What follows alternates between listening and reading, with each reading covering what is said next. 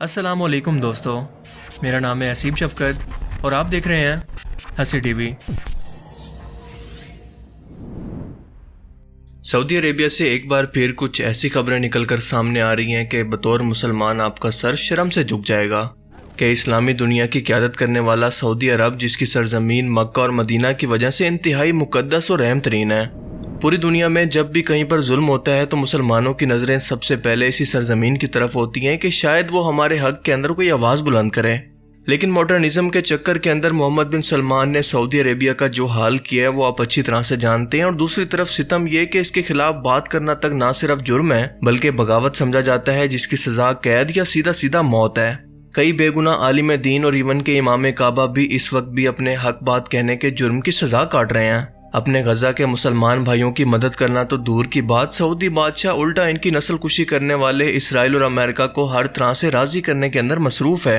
सऊदीया और इसराइल की दोस्ती, इनकी तिजारत और बैकडोर डिप्लोमेसी जो कि पर्दे के पीछे चल रही है, इसके असरात अब हमें वाज़े तौर पर नजर आना शुरू हो रहे हैं। खबर यह है कि अगर आप इस वक्त भी सऊदी अरेबिया के अंदर मौजूद हैं तो आपको किसी भी वक्त अरेस्ट किया जा सकता है इस जुर्म में कि अगर आप इसराइल के जुल्म के खिलाफ एहतजाज करना तो दूर की बात, इसके खिलाफ कुछ भी सोशल मीडिया पर पोस्ट करते हैं तो फौरन से आपको गिरफ्तार कर लिया जाएगा।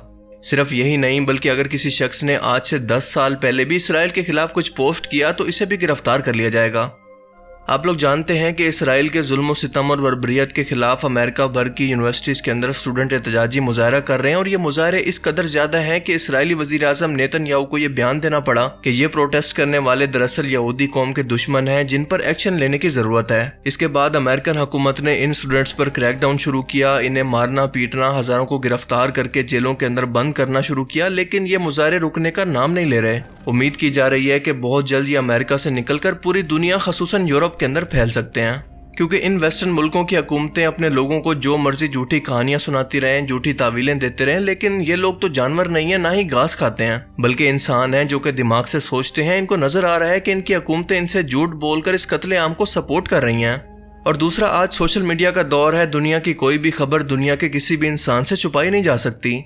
चलो गैर मुस्लिमों का मजलूम मुसलमानों के हक के अंदर गैर मुस्लिम मुल्क के अंदर एहतजाज और वहां पर इसे ताकत से रोका जाए, ये किसी हद तक समझ में आता है। लेकिन सऊदी अरेबिया का हुक्मरान मोहम्मद बिन सलमान हर दिन जो कुछ कर रहा है वो समझ से बाहर है कि ये सऊदी अरेबिया को आखिर कहां पर लेकर जाना चाहता है। शायद ये नहीं चाहता कि लोगों के अंदर इतना हौसला पैदा हो कि फलस्तीन के मसले से निमटने के बाद वो इसकी हुकूमत के खिलाफ भी सोशल मीडिया पर बगावत कर दें।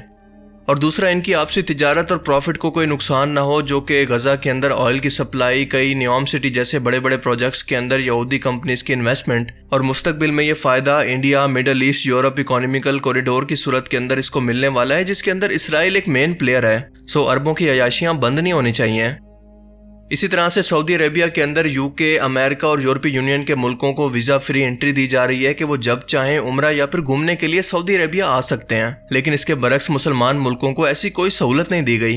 यानी आहिस्ता आहिस्ता इन दोनों मुकद्दस जगहों को टूरिस्ट प्लेस के अंदर भी बदला जा रहा है। और यही वजह है कि आहिस्ता आहिस्ता आपको यहाँ पर रोज कोई ना कोई व्लॉगर या फिर टूरिस्ट जो कि गैर मुस्लिम है घूमता हुआ नजर आएगा, जो कि इससे पहले कभी नहीं देखा गया।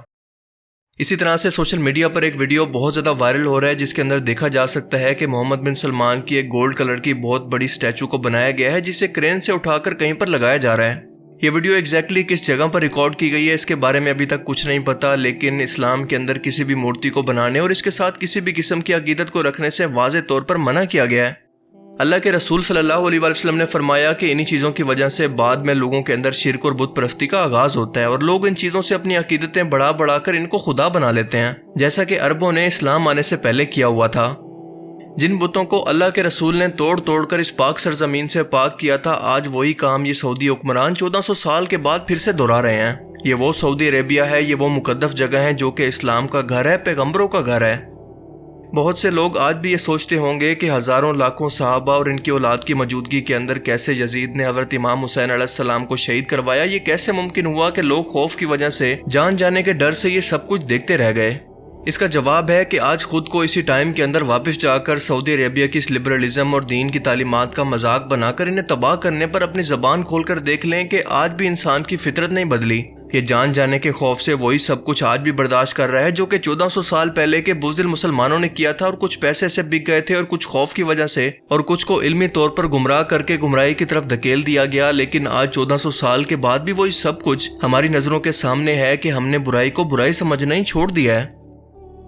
دوسری طرف آپ UAE کو دیکھ لیں کہ غزہ کے مسلمانوں کے لیے ایک لفظ بھی بولنا تو دور کی بات، یہ ہندوؤں کے لیے اپنی سرزمین پر مندر بنانے کے اندر مصروف ہیں۔ ابوظہبی میں ویسٹ ایشیا کا سب سے بڑا مندر تعمیر کیا گیا اور دبئی کے کراؤن پرنس شیخ محمد بن زید ال نہیان نے اس مندر کے لیے 27 ایکڑ رقبہ بھی گفٹ کیا ہے، جس کا افتتاح بھارتی وزیر اعظم نریندر مودی نے کیا، اور یہ مندر پنک سینڈ سٹون سے بنایا گیا ہے جسے راجستھان سے منگوایا گیا، جبکہ اس کا ماربل خاص طور پر اٹلی سے امپورٹ کیا گیا۔ یہ 108 فٹ اونچا، 262 فٹ لمبا اور 180 فٹ چوڑا ہے، اور ان سب حرکتوں کے بعد یہ سمجھنا مشکل نہیں ہے کہ اللہ کے رسول نے کیوں یہ فرمایا تھا کہ عربوں کے لیے ہلاکت ہے، کیونکہ آج ہم دیکھ سکتے ہیں کہ انہوں نے اللہ کے قرآن کو، رسول اللہ کی سنت کو دنیا کی خاطر پیٹھ کے پیچھے ڈال دیا، جیسا کہ ڈاکٹر اسرار احمد مرحوم فرمایا کرتے تھے۔ یہی وجہ ہے کہ تقریباً 20 صدی کے بعد ان کی حکومت ختم، عرب معزول کر دیے گئے تھے، لیکن اب دوبارہ عربوں کو جب سہارا ملا ہے، لیکن اب بھی انہوں نے کہیں اسلام قائم نہیں کیا۔ کوئی روس کا غلام رہا، کوئی امریکہ کا غلام رہا، کسی نے اس کا ساتھ دیا، کسی نے اس کا ساتھ دیا۔ میں عالم عرب کے بارے میں تو یقین سے کہہ رہا ہوں، احادیث نبویہ سے صاف ظاہر ہے، ویل للعرب من شر قد اقترب، عربوں کے لیے ہلاکت ہے، سب سے بڑے مجرم وہ ہیں۔ ان کی مادری زبان میں اللہ کا کلام، اور انہوں نے اللہ کے کلام کے پیچھے اپنے آپ کو نہیں لگایا، اسے اپنا امام نہیں بنایا۔ اور یہ سمجھنا بھی مشکل نہیں ہے کہ ان عرب ملکوں کے اندر گلوبل وارمنگ کی وجہ سے ہی صحیح، لیکن طوفانی بارشیں اور قدرتی آفتیں بار بار ان لوگوں کو اللہ کے عذاب سے ڈرا کر مسلسل وارننگ کیوں دے رہی ہیں؟ ابھی بھی وقت ہے کہ ہم سمجھ جائیں اس سے پہلے کہ بہت دیر ہو جائے۔ خیر، آپ سب اس کے بارے میں کیا سوچتے ہیں؟ اپنی قیمتی رائے کا اظہار کمنٹ سیکشن میں ضرور کریں۔ مجھے امید ہے کہ آج کی اس ویڈیو سے آپ کو بہت کچھ نیا جاننے کو ملا ہوگا اور یہ ویڈیو آپ کو پسند آیا ہوگا۔ اگر یہ ویڈیو آپ کو اچھا لگا تو اسے لائک کیجئے، اور اب میں ملوں گا آپ سے ایک ایسی ہی نئی انٹرسٹنگ ویڈیو میں۔ تب تک کے لیے اپنا بہت سا خیال رکھیے گا۔ Thanks for watching this video. اللہ حافظ۔